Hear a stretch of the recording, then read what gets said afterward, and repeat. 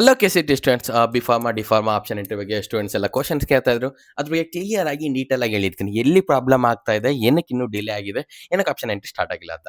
ಅದಾದ್ಮೇಲೆ most students ಏನಂತಂದ್ರೆ neat option ಎಂಟ್ರಿಗೋಸ್ಕರ wait ಮಾಡ್ತದೆ. ಸೆಕೆಂಡ್ ರೌಂಡ್ ಅಲ್ಲಿ ನೀಟ್ ಆಪ್ಷನ್ ಎಂಟ್ರಿ ಸ್ಟಾರ್ಟ್ ಆಗ್ತದೆ ಅಂತ ಎಲ್ಲರೂ ಅಂತಂದ್ರೆ ಊಹಿಸ್ಕೊಂಡಿದ್ದಾರೆ. ಬಟ್ ಏನಾದ್ರೂ ಒಂದು ಸ್ವಲ್ಪ ಮಿಸ್ಟೇಕ್ ಆದ್ರೂ ನೀವು ಸೆಕೆಂಡ್ ರೌಂಡ್ ಅಲ್ಲಿ ಕೂಡ ನೀಟ್ ಕೋರ್ಸಸ್ ಆಡ್ ಮಾಡೋಕ್ಕಾಗೋದಿಲ್ಲ. ಅದು ಏನಕ್ಕೆ ಹೇಗೆ ಅನ್ನೋದು ಈ ಕ್ಲಿಯರ್ ಆಗಿ ವಿಡಿಯೋದಲ್ಲಿ ಹೇಳ್ತಾ ಹೋಗ್ತೀನಿ. ಮತ್ತೆ ನೀವು ನೀಟ್ ಕೌನ್ಸಿಲಿಂಗ್ ಸ್ಟಾರ್ಟ್ ಆದ್ಮೇಲೆ ಮತ್ತೆ ಕೆ.ಸಿ.ಟಿ ಕೋರ್ಸಸ್, ಈ ಬಿ ಫಾರ್ಮಾ, ಡಿ ಫಾರ್ಮಾ ಎಲ್ಲ ಲೈವ್ ವಿಡಿಯೋ ಮಾಡಿ ನಿಮಗೆ ಅಡ್ಮಿಷನ್ ಆಗೋವರೆಗೂ ಗೈಡ್ ಮಾಡ್ತೀವಿ. ಅಷ್ಟೇ ಅಲ್ಲ, ಅಡ್ಮಿಷನ್ ಆದ್ಮೇಲೆ ಕೂಡ scholarship is very important. Scholarship videos ಕೂಡ ಮಾಡಿಬಿಟ್ಟು ನಿಮಗೆ ನಿಮ್ಮ ಅಕಾಡೆಮಿಕ್ ಇಯರ್ ಅಲ್ಲಿ ಹೆಲ್ಪ್ ಆಗೋ ಥರ ನಾವು ಸಪೋರ್ಟ್ ಮಾಡ್ತಾ ಇರ್ತೀವಿ. ಸೊ ಅದಕ್ಕೋಸ್ಕರ ನೀವು ಮಾಡಬೇಕಾಗಿರೋದು College Guide YouTube channel subscribe ಆಗಿರಿ. ಈ ವಿಡಿಯೋ ಡಿಸ್ಕ್ರಿಪ್ಷನ್ ಅಲ್ಲಿ ವಾಟ್ಸ್ಆಪ್ ಗ್ರೂಪ್ ಲಿಂಕ್ ಇರುತ್ತೆ, ಅಲ್ಲಿ ಕೂಡ ಜಾಯ್ನ್ ಆಗಿ ಬೇಗ ಬೇಗ ಅಪ್ಡೇಟ್ಸ್ನ ಪಡ್ಕೊಳ್ಬಹುದು. ಇವಾಗ ಸ್ಟಾರ್ಟ್ ಮಾಡ್ತೀನಿ ನೋಡಿ. ಬಿ ಫಾರ್ಮಾ ಆಪ್ಷನ್ ಎಂಟ್ರಿ ಯಾವಾಗ ಸ್ಟಾರ್ಟ್ ಆಗುತ್ತೆ? ಬಿ ಫಾರ್ಮಾ ಆಪ್ಷನ್ ಎಂಟ್ರಿ ಏನಂತಂದ್ರೆ, ಬಿ ಫಾರ್ಮಾ ಮತ್ತು ಡಿ ಫಾರ್ಮಾ ಏನು ಪ್ರಾಬ್ಲಮ್ ಆಗ್ತದೆ, ಸೀಟ್ ಮೆಟ್ರಿಕ್ಸ್ ಬಂದಿಲ್ಲ. ಸೀಟ್ ಮೆಟ್ರಿಕ್ಸ್ ಎಲ್ಲಿಂದ ಬರಬೇಕಂದ್ರೆ ಕಾಲೇಜ್ ಕಡೆಯಿಂದ ಬರಬೇಕು. ಎಲ್ಲ ಕಾಲೇಜಸ್ ಕಡೆಯಿಂದ ಈ ಕಾಲೇಜಲ್ಲಿ ಇಷ್ಟು ಸೀಟ್ಸ್ ಇದೆ. ಓಕೆ ಸರ್, ಲಾಸ್ಟ್ ಇಯರ್ ಕೂಡ ಸೀಟ್ ಮೆಟ್ರಿಕ್ಸ್ನ ಯೂಸ್ ಮಾಡ್ಕೊಂಡು ಆಪ್ಷನ್ ಎಂಟ್ರಿ ಮಾಡ್ಬೋದಲ್ಲ, ಏನಕ್ಕೆ ಮಾಡ್ತಾ ಇಲ್ಲ ಅಂತಂದ್ರೆ, ಈ ವರ್ಷ SC ಇಂಟರ್ನಲ್ ರಿಸರ್ವೇಷನ್ ಅಂತ ಬಂದಿದೆ. SC, BC ಮತ್ತು ಅದ್ರಲ್ಲಿ ಕೂಡ S1, S2, S3, S4 ಅಂತ ಬಂದಿದೆ. ಇವಾಗ ಏನಾದರೂ SCಗೆ ಒಂದು 30 ಸೀಟ್ಸ್ ಇದೆ ಅಂತ ತಿಳ್ಕೊಳ್ಳಿ, ಸರಿನಾ? ಆ 30 ಸೀಟ್ಸು SC ಯಾವ ಸ್ಟೂಡೆಂಟ್ಸಿಗೆ ಅಂತ ಅವರು ಅಲೋಟ್ ಮಾಡಬೇಕಾಗುತ್ತೆ. ಡೀಟೇಲ್ ಬೇಕಲ್ವಾ? ಇವಾಗ ಎಲ್ಲ ಸ್ಟೂಡೆಂಟ್ಸು SC, ABC ಅಂತ ಡಿವೈಡ್ ಮಾಡ್ಕೊಂಡಿದ್ದೀರಾ.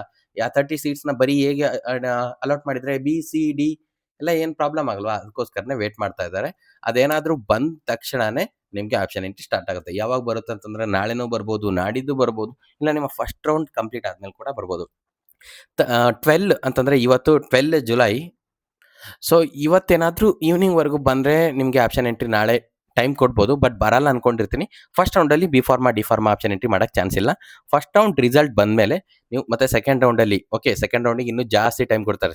First round two second round gap ಏನಿರುತ್ತೆ ಜಾಸ್ತಿ ಇರುತ್ತೆ. ಆ ಟೈಮಲ್ಲಿ ಖಂಡಿತ ನಿಮಗೆ ಸೀಟ್ ಮೆಟ್ರಿಕ್ಸ್ ಬರುತ್ತೆ, ಫೀಸ್ ಡೀಟೇಲ್ಸ್ ಬರುತ್ತೆ. ಫೀಸ್ ಡೀಟೇಲ್ಸ್ ಎಲ್ಲಾನು ಬಂದಿದೆ, ಮತ್ತೆ ಏನಾದ್ರು ರೀಕರೆಕ್ಷನ್ ಇದ್ರೂ ಕೂಡ ಆಗುತ್ತೆ. ಎಲ್ಲಾನು ಕ್ಲಿಯರ್ ಆಗಿ ಬಂದ್ಬಿಡುತ್ತೆ ಸೀಟ್ ಮೆಟ್ರಿಕ್ಸ್. ಅವಾಗ ನೀವು ಆಪ್ಷನ್ ಎಂಟ್ರಿನ ಮಾಡ್ಬೋದು. ಸರ್, ಇವಾಗ ನಾನು ಬರೀ ಬಿ ಫಾರ್ಮಾ, ಡಿ ಫಾರ್ಮಾಗೋಸ್ಕರ ವೇಟ್ ಮಾಡ್ತಾ ಇದ್ದೀನಿ, ನಾನು ಇವಾಗ ಏನಾದರೂ ಮಾಡಬೇಕಿತ್ತಾ ಆಪ್ಷನ್ ಎಂಟ್ರಿ? ಏನೂ ಮಾಡಬೇಕಾಗಿಲ್ಲ. ನಿಮ್ದು ಯಾವಾಗ ಬರುತ್ತೆ ಆ್ಯಡ್ ಮಾಡ್ಕೊಳ್ಳೋಕ್ಕೆ, ಅವಾಗ KEN ಅವ್ರು ನಿಮಗೆ ಅವಕಾಶ ಕೊಡ್ತಾರೆ. 750 ರೂಪೀಸ್ ಪೇ ಮಾಡಿಬಿಟ್ಟು ಆವಾಗಲೇ ನೀವು ಲಾಗಿನ್ ಆಗಿ ಆಪ್ಷನ್ ಎಂಟ್ರಿ ಮಾಡ್ಕೊಳ್ಬೋದು. ಸರ್, ನಾನು ಬಿ ಫಾರ್ಮಾ, ಡಿ ಫಾರ್ಮಾ ಸಿಗಲಿಲ್ಲ ಅಂದರೆ ಇಂಜಿನಿಯರಿಂಗ್, ವೆಟರ್ನರಿ ಯಾವುದೋ ಒಂದು ಕೋರ್ಸಿಗೆ ನಾನು ಆಪ್ಷನ್ ಎಂಟ್ರಿನ ಮಾಡಿದ್ದೀನಿ. ಯೋಗ, ನ್ಯಾಚುರೋಪತಿ ಆ ರೀತಿ ಅದನ್ನೆಲ್ಲನೂ ನೀವಾಗ ಆಲ್ರೆಡಿ ಆಪ್ಷನ್ ಎಂಟ್ರಿನ ಮಾಡಿದ್ರೆ ನಿಮಗೆ ಫಸ್ಟ್ ರೌಂಡಲ್ಲಿ ಒಂದು ಸೀಟ್ ಸಿಕ್ಬಿಡುತ್ತೆ. ಅವಾಗ ನೀವು ಚಾಯ್ಸ್ 2 ಇಲ್ಲ ಚಾಯ್ಸ್ 3 ತೊಗೊಳ್ಬೇಕಾಗುತ್ತೆ. ಚಾಯ್ಸ್ 2, ಚಾಯ್ಸ್ 3 ಎಲ್ಲನೂ ಡೀಟೇಲಾಗಿ ಹೇಳಿದ್ದೀನಿ, ಕಾಲೇಜ್ ಯೂಟ್ಯೂಬ್ ಚಾನಲಲ್ಲಿದೆ, ನೋಡ್ಕೊಳ್ಳಿ. ಅದನ್ನು ತೊಗೊಂಡ್ಬಿಟ್ಟು ನೀವು ನೆಕ್ಸ್ಟ್ ನಿಮ್ಮ B pharma, D pharma option entry time start ಆಗೋವರೆಗೂ ನೀವು ಹೋಲ್ಡ್ ಮಾಡ್ಕೊತಾನೆ ಹೋಗಬೇಕಾಗುತ್ತೆ, ಸರಿನಾ? ಅದಾದ್ಮೇಲೆ ಏನಾಗುತ್ತೆ ಅಂತಂದ್ರೆ, ನಾನು ಸೀಟ್ ಮ್ಯಾಟ್ರಿಕ್ಸ್ ಬಂದಮೇಲೆ ಕ್ಲಿಯರ್ ಆಗಿ ಹೇಳಿರ್ತೀನಿ. ಸೀಟ್ ಡಿವೈಡೆಡ್ ಡೀಟೇಲ್ಸು ಮತ್ತು ಲೈವ್ ಡೆಮೋ ಕೂಡ ವಿಡಿಯೋ ಕೂಡ ಮಾಡಿರ್ತೀನಿ ಆಪ್ಷನ್ ಎಂಟ್ರಿ ಮಾಡೋದು. ಏನಕ್ಕಂದ್ರೆ most of the students issue face ಮಾಡ್ತಾರೆ. ಅಂತಂದರೆ ಅವರಿಗೆ ನೆಟ್ವರ್ಕ್ ಇಶ್ಯೂಗೆ ಬರೋದಾಗಿರಲಿ, ಅನ್ಅಥರೈಸ್ಡ್ ಆಕ್ಸೆಸ್ ಅಂತ ಬರೋದಾಗಿರಲಿ, ಈ ರೀತಿ ಬರ್ತಲ್ವಾ. ಸೊ ಅದಕ್ಕೋಸ್ಕರ ಕ್ಲಿಯರ್ ಆಗಿ ಒಂದು ಡೆಮೋ ವಿಡಿಯೋ ಮಾಡಿದ್ರೆ ಅವರಿಗೆ ಹೆಲ್ಪ್ ಆಗುತ್ತೆ, ನಾವು ಅವ್ರಿಗೆ ಹೆಲ್ಪ್ ಮಾಡಿದೀವಿ ಅನ್ನೋ ಖುಷಿ ಕೂಡ ನಮಗಿರುತ್ತೆ. ಇದು ಬಂದ್ಬಿಟ್ಟು D pharma, B pharma students. Okay, ಇದಾದ್ಮೇಲೆ ಏನು ಟೆನ್ಷನ್ ತಗೊಳಕ್ಕೆ ಹೋಗಬೇಡಿ. ಇದು ನಿಮ್ಮ ಪ್ರಾಬ್ಲಮ್ ಅಲ್ಲ ಸ್ಟೂಡೆಂಟ್ಸ್, ಮತ್ತೆ KA ಕೂಡ ಪ್ರಾಬ್ಲಮ್ ಅಲ್ಲ. ನೀವು KAಗೇನು ಪ್ರೆಷರ್ ಹಾಕಿದ್ರು, ಇಮೇಲ್ ಹಾಕಿದ್ರು, ಫೋನ್ ಮಾಡಿದ್ರು, KA ಏನು ಮಾಡುತ್ತೆ ಹೇಳಿ, ಸೀಟ್ ಮ್ಯಾಟ್ರಿಕ್ಸ್ ಕಾಲೇಜ್ ಕಡೆಯಿಂದಾನೇ ಬರಬೇಕು. KAನವ್ರು ಕೂಡ, ಪ್ರಸನ್ನ ಸರ್ ಕೂಡ ನಿಮಗೆ ಹೆಲ್ಪ್ ಮಾಡೋಣ ಅಂತಾನೆ ಇದ್ದಾರೆ ಎಲ್ಲ ಸ್ಟೂಡೆಂಟ್ಸ್ಗೂ. ಓಕೆ, ಬಟ್ ಏನಂತಂದ್ರೆ ಅದು ಕಾಲೇಜ್ ಕಡೆಯಿಂದಾನೇ ಪ್ರಾಬ್ಲಮ್ ಆಗ್ತದೆ. ಸೊ ಅದಕ್ಕೋಸ್ಕರ ಎಲ್ಲರೂ ವೇಟ್ ಮಾಡಬೇಕು. ಇದಕ್ಕೆ ಸಹಕರಿಸ್ಬಿಟ್ಟು ಏನಂತಂದ್ರೆ ಪೇಷನ್ಸಿಂದ ಮುಂದೆ ಹೋಗಬೇಕು.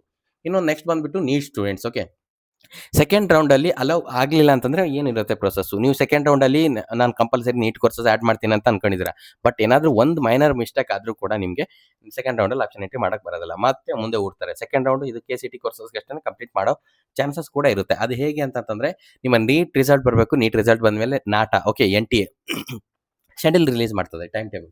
ಆ ಟೈಮ್ ಟೇಬಲ್ ರಿಲೀಸ್ ಮಾಡಿದ ತಕ್ಷಣ KE ನೋಟಿಫಿಕೇಶನ್ ಬಿಟ್ಬಿಟ್ಟು KEನವ್ರು ಕೂಡ ಏನಂತಂದರೆ UG ನೀಟ್ ಕರ್ನಾಟಕ ಸೀಟ್ ಅಲಾಟ್ಮೆಂಟ್ಗೋಸ್ಕರ ಟೈಮ್ ಟೇಬಲ್ ಶೆಡ್ಯೂಲ್ನ ರಿಲೀಸ್ ಮಾಡ್ತದೆ.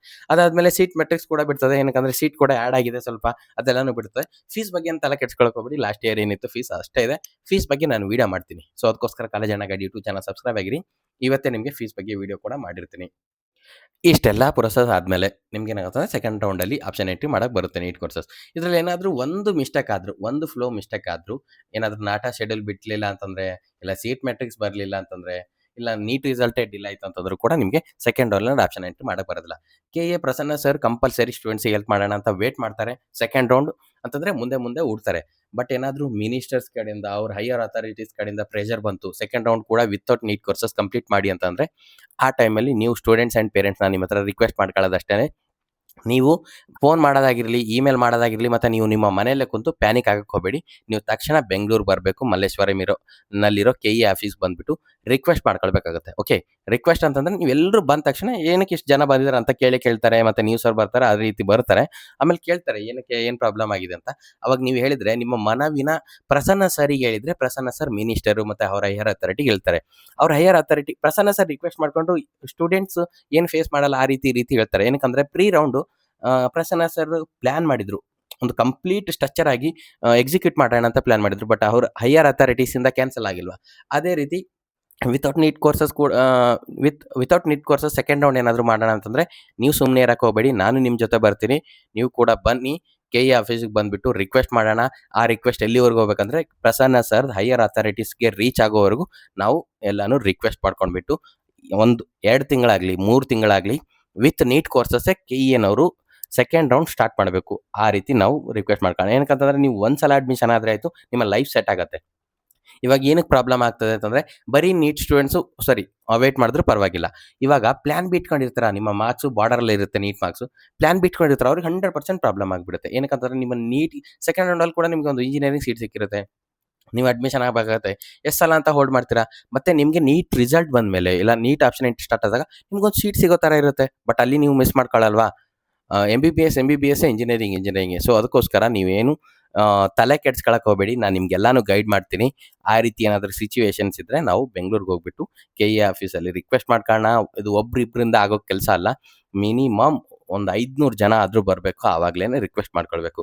ಈ ವಿಡಿಯೋ ಡಿಲೀಟ್ ಆಗೋ ಥರ ಇರುತ್ತೆ. ಏನಕ್ಕಂದರೆ, ನಾನು ಸ್ಟ್ರೈಕ್ ಅಂದೆ ಅದೆಲ್ಲ ವರ್ಡ್ಸ್ ಎಲ್ಲಾನು ಯೂಸ್ ಮಾಡಿದ್ದೀನಿ. ಯೂಟ್ಯೂಬಿಂದ ಡಿಲೀಟ್ ಆದರೂ ಆಗ್ಬೋದು. ಸೊ ಅದಕ್ಕಿಂತ ಮುಂಚೆ ನಿಮ್ಮ ಫ್ರೆಂಡ್ಸು, ನಿಮ್ಮ ಪೇರೆಂಟ್ಸ್ಗೆಲ್ಲಾನು ಶೇರ್ ಮಾಡಿ. ಶೇರ್ ಮಾಡಿಬಿಟ್ಟು ಏನಂತಂದರೆ, ಎಲ್ಲರಿಗೂ ಇನ್ಫಾರ್ಮೇಷನ್ ತಲುಪೋ ಥರ ಮಾಡಿ. ಕಾಲೇಜನ ಗೈಡ್ ಯೂಟ್ಯೂಬ್ ಚಾನಲ್ ಸಬ್ಸ್ಕ್ರೈಬ್ ಮಾಡ್ಕೊಂಡ್ರಿ. ಮತ್ತು ಡಿಸ್ಕ್ರಿಪ್ಷನಲ್ಲಿ ಕೂಡ ಲಿಂಕ್ ಇರುತ್ತೆ. ಮೋಸ್ಟ್ ಪ್ರೊಬ್ಯಾಬ್ಲಿ ನಾನು ಈ ರೀತಿ ಆಗುತ್ತೆ ಅಂತ ಹೇಳ್ತಾ ಇಲ್ಲ. ಆದರೆ ಏನು ಮಾಡ್ತೀರಾ? ಆದರೆ ಮುಂಚೆನೇ ಪ್ಲ್ಯಾನ್ ಹಾಕೊಂಡಿರಿ, ಎಚ್ಚರದಿಂದಿರಿ ಅಂತ ಹೇಳ್ತಾ ಇದ್ದೀನಿ.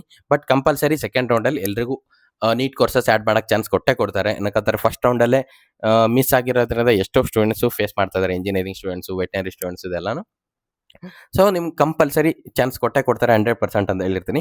ಏನಾದರೂ ಒಂದು ಸ್ವಲ್ಪ ಆ ಕಡೆ ಈ ಕಡೆ ಆದರೂ ಈ ರೀತಿ ಪ್ರಾಬ್ಲಮ್ ಆದರೆ, ಈ ರೀತಿ ನಾವು ರಿಕ್ವೆಸ್ಟ್ ಮಾಡ್ಕೊಳ್ಳೋಣ. ನಾನೇ ನಿಮ್ಗೆ ಅಲ್ಲೋಗಿ ಜಗಳ ಆಡಿ ಏನಾದರೂ ಮಾಡಿ ಅಂತ ಹೇಳ್ತಾ ಇಲ್ಲ.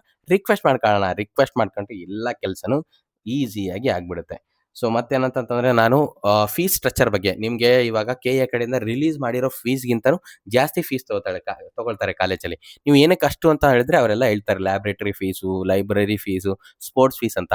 ಸೊ ಅದಕ್ಕೋಸ್ಕರ ಒಂದು ಸ್ಟೂಡೆಂಟ್ಸ್ದು ಡೀಟೇಲ್ ಆಗಿ ಫೀಸ್ ಸ್ಟ್ರಕ್ಚರ್ನ ತೊಗೊಂಡ್ಬಿಟ್ಟು ವಿಡಿಯೋ ಮುಖಾಂತರ ನಿಮಗೆ ತಿಳಿಸ್ತೀನಿ. ನಿಮಗೂ ಗೊತ್ತಿರಬೇಕು, ಒಂದು ಕಾಲೇಜ್ ನಾನು ಇಂಜಿನಿಯರಿಂಗ್ ಕಂಪ್ಲೀಟ್ ಮಾಡಬೇಕಂದ್ರೆ ಒಂದು ವರ್ಷಕ್ಕೆ ಎಷ್ಟು ಫೀಸ್ ಆಗುತ್ತೆ. ನಾನು ಗೌರ್ಮೆಂಟ್ ಕಾಲೇಜಲ್ಲಿ ಮೆಡಿಕಲ್ ಕಂಪ್ಲೀಟ್ ಮಾಡಬೇಕಂತಂದರೆ ಎಷ್ಟಾಗುತ್ತೆ.